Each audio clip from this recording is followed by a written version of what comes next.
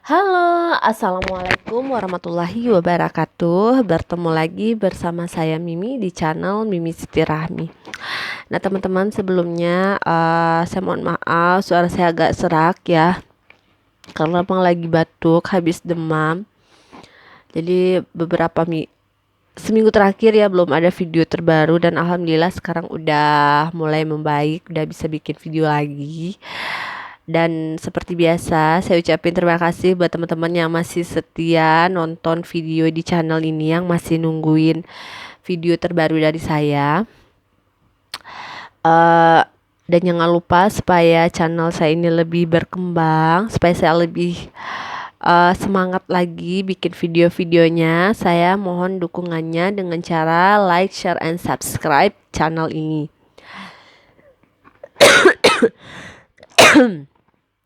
Dan buat teman-teman yang misalnya tanpa disengaja nonton salah satu dari video saya dan memang merasa cocok, merasa mudah dipahami, cocok dengan apa yang sedang teman-teman alami, itu alangkah baiknya kalau memang pengen sembuh, tonton videonya, jangan di skip. Kemudian buka channel ini, tonton dari vlog 1 sampai yang terbaru, minimal 1 hari 1 video. Nah, jadi buat teman-teman yang sedang mengalami GERD dan anxiety, itu salah satu anjuran dari saya berdasarkan pengalaman saya ya, untuk menghilangkan anxiety-nya juga. Jadi dengan nonton video ini nanti teman-teman bakal tahu ya kalau itu cuman sensasi dari GERD dan anxiety. Jadi kepanikan, kegalauan, kerisauan teman-teman selama ini tentang penyakit teman-teman, yang saking banyaknya sensasi yang teman-teman rasakan, itu nanti bakal berkurang ya. Jadi saya dulu seperti itu ya, makanya saya selalu ingatkan teman-teman supaya nonton video 1 hari 1 video ya. Gunanya apa? Supaya pikiran teman-teman itu nanti berubah ya, pola pikirnya yang serba takut, serba negatif itu hilang ya teman-teman. Karena saya dulu alhamdulillah ya, seperti yang sering saya ceritakan, sembuh dengan nonton YouTube. Jadi sejak nonton YouTube itu berasa ada teman, jadi berasa sakit ini bukan saya sendiri loh gitu. Sakit ini nggak berbahaya, sakit ini nggak bikin meninggal. Beribu-ribu orang yang ternyata kenal sakit ini gitu.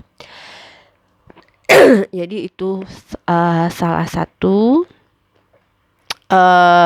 tujuan saya ya, untuk menganjurkan teman-teman nonton video ini secara berurutan. Dan satu lagi, banyak sekali pertanyaan-pertanyaan yang muncul. Pertanyaannya itu aja juga ya. Dan jawabannya itu juga sudah sering sekali. Makanya itu teman-teman harus sedikit rajin nonton videonya supaya pertanyaan teman-teman itu terjawab ya. Jadi kalau yang mau sakitnya masih uh, sembuhnya belum masih setengah-setengah sembuh ya, itu karena usahanya juga setengah-setengah ya teman-teman. Jadi usaha itu tidak mengkhianati hasil ya. Kalau kita memang total pengen sembuh, itu hasilnya juga akan total juga ya. Nah, jadi buat teman-teman ya, saya ingatkan lagi. Jadi kriteria penyakit lambung ini ya teman-teman, sebenarnya ada 4 ya.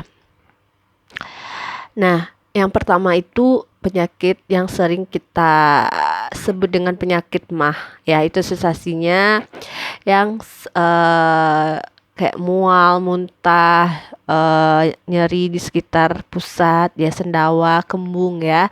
Itu sering dibilang sakit MAH ya. Yang penyebabnya itu karena infeksi bakteri dan atau ada luka di lambung. Dan ada sebagian yang bilang itu memang juga karena pengaruh asam lambung sakit MAH itu ya. Tapi pastinya tentu dokter yang lebih tahu, karena yang berdasarkan yang saya baca, artikel-artikel yang saya baca ya, itu kata dokter ini karena ada luka, yang satu lagi karena ada infeksi bakteri, ada juga yang bilang memang karena juga pengaruh asam lambung. Ya jadi sensasinya itu ya yang standar-standar yang sering kita bilang penyakit mah ya teman-teman. Nah kemudian ada yang kedua, kriterianya itu yang udah kena GERD ya. Nah teman-teman perlu saya ingatkan lagi, GERD itu adalah asam lambung yang naik ke kerongkongan ya.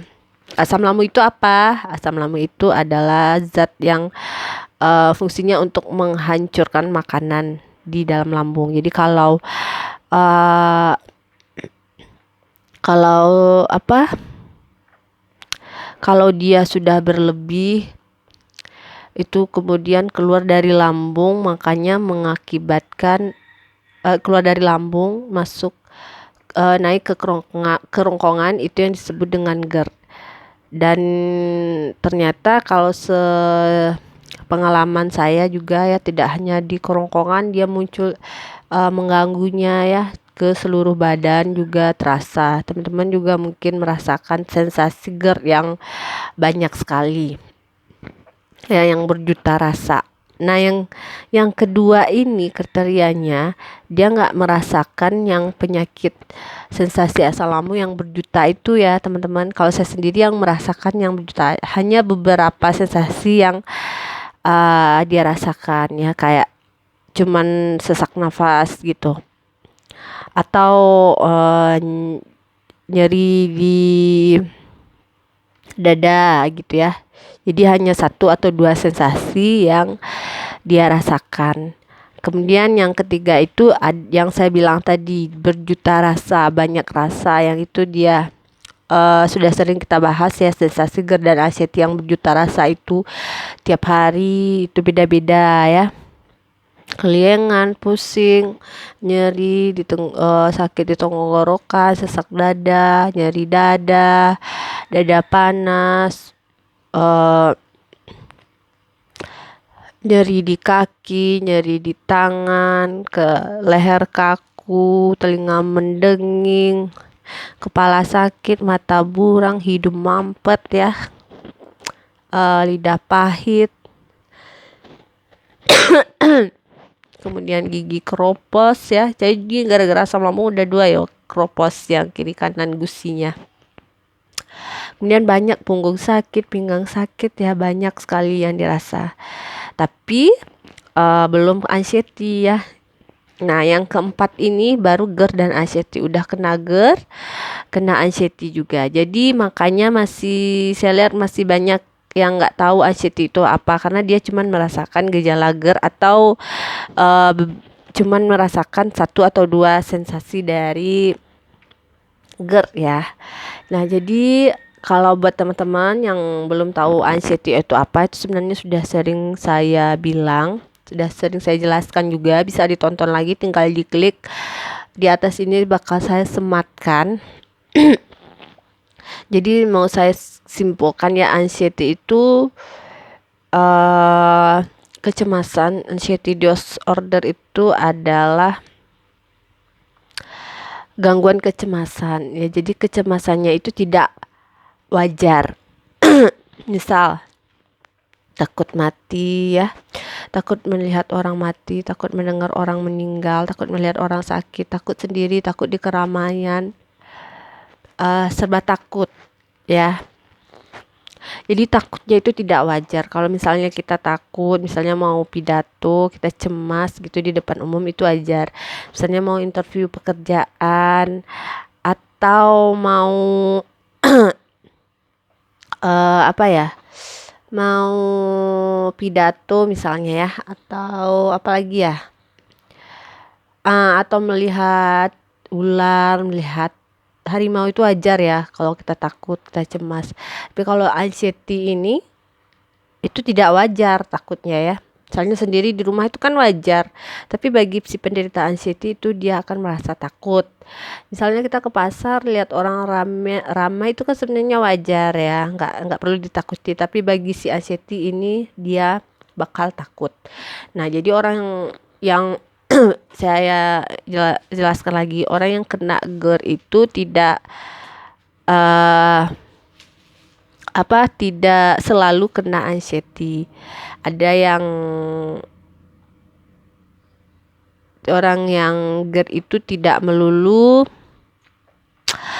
sensasinya juga banyak, enggak. Jadi ada juga yang cuman hanya beberapa sensasi yang dia rasakan gitu ya. Cuman memang lama juga proses sembuhnya gitu.